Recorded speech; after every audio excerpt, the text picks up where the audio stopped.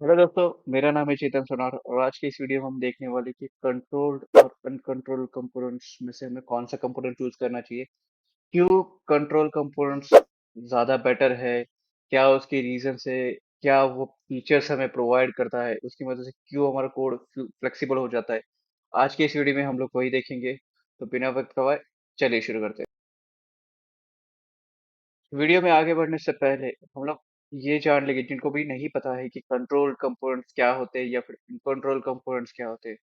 तो पहले हम लोग देखेंगे कि इन दोनों में बेसिकली कंट्रोल कंपोनेंट्स क्या होते हैं, अनकंट्रोल कंपोनेंट्स क्या होते हैं। तो चलिए शुरू करते हैं कंट्रोल कंपोनेंट्स। रिएक्ट में कंट्रोल कंपोनेंट्स मतलब होता है कि अगर आप गूगल में सर्च करें कि what is control components, control components और components in which form data is handled by the state or the hooks in the React। So, उसका मतलब क्या होता है उसे एक एग्जांपल के जरिए समझते हैं। तो यहाँ पे मान लीजिए आपने एक फॉर्म क्रिएट किया है जिसमें आपका एक एक इनपुट टेक्स्ट बॉक्स है और एक सबमिट बटन है। सबमिट बटन के क्लिक पे हम लोग क्या करेंगे, जो भी टेक्स्ट बॉक्स की वैल्यू और डिस्प्ले करना है, हमारा ये टास्क है। अगर आप यहाँ पे देखेंगे तो हमने क्या किया है कि एक यूज स्टेट हुक लिया है, जिसमें हम लोग तो स्टेट में हम लोग कंपोनेंट की वैल्यू मतलब टेक्स्ट बॉक्स की वैल्यू स्टोर करेंगे। कि तो वो वैल्यू कैसे स्टोर करेंगे, तो हमने इनपुट एलिमेंट पे एक ऑन चेंज का इवेंट लिखा है। उस ऑन चेंज के इवेंट पे एक हम लोग फंक्शन कॉल करें जहाँ पे हम लोग स्टेट में नेम की वैल्यू टेक्स्ट बॉक्स की वैल्यू सेट कर रहे हैं। ठीक है, और उसे जब हम लोग सबमिट करते हैं तो उसे वहां पे स्टेट में से ही हम लोग वैल्यू फेच कर रहे हैं और उसे डिस्प्ले करते रहे। तो इस तरीके से हम लोग फंक्शन कंट्रोल कंपोनेंट्स में वैल्यू डिस्प्ले करते हैं और इसे यूज कर सकते हैं।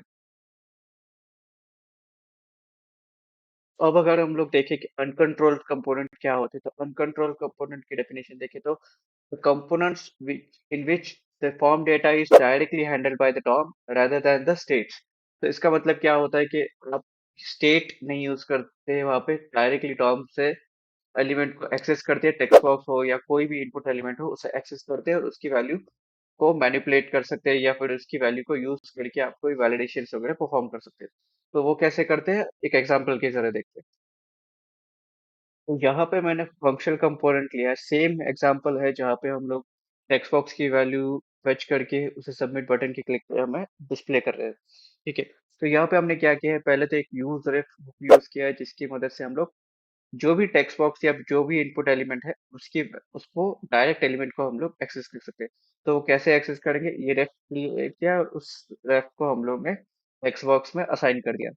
अब उसकी वैल्यू हम लोग डायरेक्ट सबमिट बटन के क्लिक पे कैसे करते हैं, on submit your name is input ref dot current dot values. हम लोग डायरेक्ट एलिमेंट का ऑब्जेक्ट हमें मिल जाता है और उसकी करंट डॉट वैल्यू हमें यहाँ से हम लोग एक्सेस कर सकते हैं। तो इस तरीके से हम लोग कंट्रोल कंपोनेंट अनकंट्रोल्ड कंपोनेंट में तो एलिमेंट को एक्सेस कर सकते हैं, उसकी वैल्यू फेच कर सकते हैं और उसे मैनिपुलेट भी कर सकते हैं। अगर कोई कलर चेंज करना हो या फिर आपको कुछ उसकी टेक्स्ट चेंज करना हो और कोई प्रॉपर्टीज चेंज करना हो, तो वो भी आप इसके थ्रू चेंज कर सकते हैं। तो अब हम लोग देखेंगे कि कौन से ऐसे बेनिफिट्स है जो हमें कंट्रोल कंपोनेंट्स में यूज होते हैं। तो फर्स्ट हमारा है कंसिस्टेंट यूआई। तो कंसिस्टेंट यूआई जैसे हम लोग देख सकते हैं कि हमें फॉर्म में स्टेट के थ्रू हम लोग डेटा मैनिपुलेट करते हैं या फिर उसे हैंडल करते हैं। स्टेट में हमारा डेटा स्टोर होता है, तो हमारा कहीं पे भी हम लोग कोई स्टेट चेंज करते हैं, स्टेट की वैल्यू चेंज कर दे, तो वो रिफ्लेक्शन करना इजी हो जाता है, इसलिए हमारा यूआई कंसिस्टेंट रहता है। अगर किसी और मतलब तीसरे इनपुट एलिमेंट में हमें वो वैल्यू डिस्प्ले करना है तो वो कंसिस्टेंट रहता है। ठीक है, सेकेंड बेनिफिट जो हम लोग देख सकते हैं वो है मैनेज स्टेट। तो एज हम लोग स्टेट में ही डेटा स्टोर करें तो डीबगिंग इजी हो जाता है। वहाँ में वैलिडेशंस वगैरह जो भी डिस्क्रिपेंसीज नहीं रहती कि हमारा एक कंपोनेंट कुछ अलग वैल्यू दिखा रहा है और दूसरे कंपोनेंट में कुछ अलग वैल्यू है, ये डिस्क्रिपेंसी नहीं रहती है। हमारा कंपोनेंट या फिर हमारा यूआई है ये जो एक सीमलेसली फ्लो में रहता है, कोई डिस्क्रिपेंसीज नहीं रहती है, ये हमारा सेकेंड बेनिफिट होता है। थर्ड बेनिफिट जो हम लोग देखते हैं वो है हमारा डेटा पासिंग। तो हम लोग स्टेट यूज करें तो डिफरेंट डिफरेंट हुक्स की मदद से हम लोग एक कंपोनेंट से दूसरे कंपोनेंट में डेटा पास करना इजी हो जाता है, क्योंकि एज हम लोग डायरेक्ट स्टेट की वैल्यू उस हुक्स में पास कर सकते हैं। तो हमारा चाइल्ड कंपोनेंट हो या फिर रूट लेवल कंपोनेंट हो, हम चाहे यूज कंटेक्स्ट एपीआई हो या फिर कोई और अदर एपीआई हो, उस रिडक्स हो, उसमें हम लोग डेटा इजीली स्टोर कर सकते हैं। फोर्थ है हमारा रिएक्ट कंट्रोल डेटा। एज हम लोग देख सकते हैं कि हमारा स्टेट के थ्रू वाले सारे इनपुट की वैल्यू स्टोर कर सकते हैं।